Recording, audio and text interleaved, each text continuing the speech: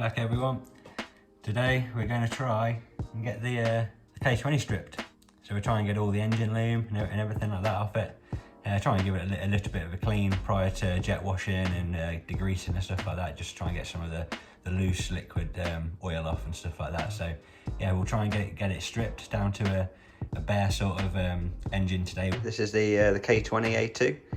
And like I was just saying, we're gonna try and get all this engine loom off and everything today, so then we can get it ready for cleaning and then get all the alternator and everything off, pulleys and whatnot. I haven't worked on K20s before, only B series, but it's all just nuts and bolts, right? So let's take the engine loom out and we'll go from there. I think I'm going to try and be smart and label up as much as I can with masking tape. We'll see how that goes. Thanks to Greenie, my friend. He's come over and helped me strip it and label up some of the engine loom. So we've pretty much got the engine totally stripped of wiring. The only thing that's left is just some of the starter wiring I've got to get off for the charge harness, as we can see here. But all of this is obviously the engine loom. And yeah, as I say, thanks to my mate Greenie, he come over and we managed to get everything labelled up, just so it makes it a little bit easier when we come to put it all back together, although it's all pretty self-explanatory. Now we've got that off, we're just gonna get the starter cables off, and then some obviously this hose in, and then when all that's off, we can split the gearbox, take off the fuel rail, take off the inlet, take off the alternator, the auto tensioner, everything like that. Degrease the engine and spray it. Gonna look so good in there. So yeah, let's just take note of the poor D14, bless her. I'm gonna stick it up for sale, although I saw something on Facebook, someone trying to sell a 40,000 mile D14, I think it was, for £150. So, you know, this has got 27,000 miles, it runs incredible. It's just such a shame to effectively, well, potentially scrap it. You know, if no one buys it, it's just going to go to the scrapyard. So, and then you think to yourself, should I keep it, or, you know, take it out and wrap it up and store it for, I don't know, one day in the future? But you just think, when are you going to need it? When is someone going to want it? So yeah, bit of a poor future potentially for the old D14. Thanks again to my friend Greenie, and also Jack for lending me a lovely engine crane. So this is going to obviously help to get the D14 out and the K20 in. Unfortunately, we've had our first casualty, which I knew was going to happen. The bracket for the charge harness, I think it is, it's got two connectors which hold on to it. I knew it was going to happen. I could feel, you know, when you start to undo the bolt, or say undo it, when you start to twist it, you can feel it twisted ever so slightly, but it's not in a good way. You know it's going to snap. So I just left it, soaked it a little bit more overnight, or over a couple of nights, and then came back to it. And as soon as I even touched it today, it was just like butter, and just completely just snapped. As you can see there, completely sheared. And it is for this bracket here. So this bracket is the charge harness, and that's the alternator. And then obviously the charge harness, this whole set of wiring here, sits like that. Nice bracket to keep it in place. You can obviously tell by the condition of the bracket, rusty, and it's just, yeah, completely rusted onto the face. So I knew it was going to happen. I'm not too sure what to do there. I can just get a set of bolt extractors and give it a go. I just hate drilling stuff out when it's in the actual casting of the engine. So yeah, we'll see how that goes, but that's the first casualty. What I'm going to do is just take off the belt first. So I just thought I'd show you how to do that. So you've just got a 15mm for this pulley here. Hopefully you can see where I'm pointing. And basically you just want to get yourself a breaker bar or just a ratchet, whatever, and basically just twist it, not that way because that's tightening it. Pull it back on itself like that, and then basically just pull the belt off. Get it off from up here or down here, wherever's easiest, and then try and feed it just keep the tension on, and just get it off like that. You pull it off the crank pulley, and then there you go. Release the tension, and now you've got your belt off. And now I've got the belt off. Hear that? It's quite a loud bearing. This one, quite quiet. That's pretty much how it should be. No play in it or anything like that. This one, yeah, you can feel. I'm not sure if you can hear it. But you can even hear a bit of play in it. And obviously you can hear the bearing. So that will want changing.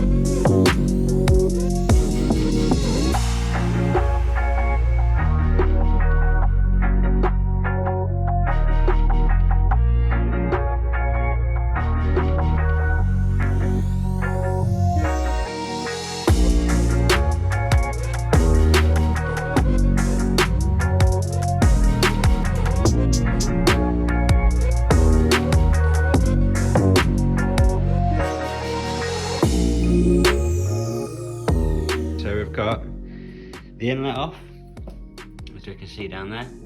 We've got the alternator off, we've got the auto tensioner off, we've got the side engine bracket, we've got the belt off, we've got the throttle body off, bolts there that I'm just about to put back in their place. That's just one bit of advice, if I can ever give any advice. If you can, whenever you take a bolt out, put it back where in its place, and then it just helps. Yeah, just remembering where bolts go because they're actually in the place.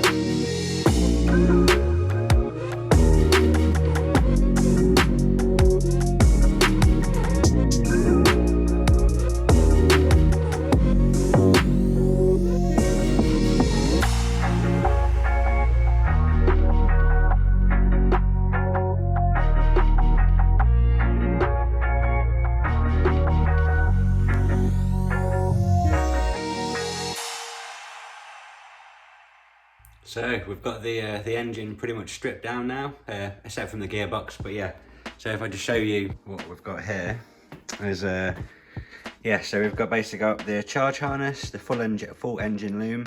We've got the ECU wrapped up in here. Obviously the rocker cover, sort of the coil pack cover. We've got the K-Swap drive shafts. Well, I say K-Swap, they're just the EP3 drive shafts that I've got to swap the outers on. And then if we go across, pretty much stripped down. Got to get the starter motor off. Seem to be struggling to get it off. I've taken all the bolts out and I'm kind of reluctant to hit it with anything, so I'm gonna have to do a bit of research on that. And one other thing to mention, this is where we're sort of keeping all of the bits that I'm using, or at least the bits that I'm taking off the engine. Obviously we've got the DC2 subframe and power steering rack back there. We've got our hoses from the K20 laid out nicely.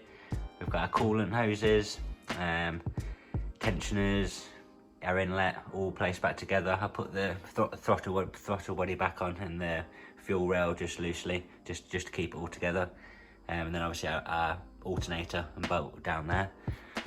So yeah, trying to keep everything organised, as I say, keeping all of the bolts and all the holes where they should go.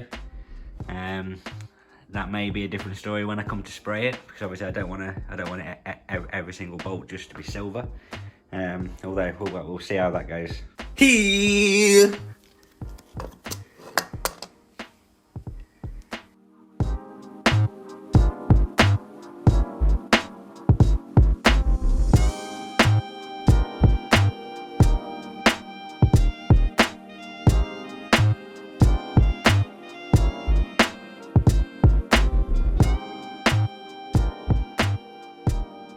is the finished article for the time being. It's going to come up, yeah, it's going to come up really nice. Just a load of obviously old oil residue and dirt, so that will come up really nice. As I say, we got the starter off. I gave the valve cover a tiny clean, just to make it look a little bit more presentable in my eyes.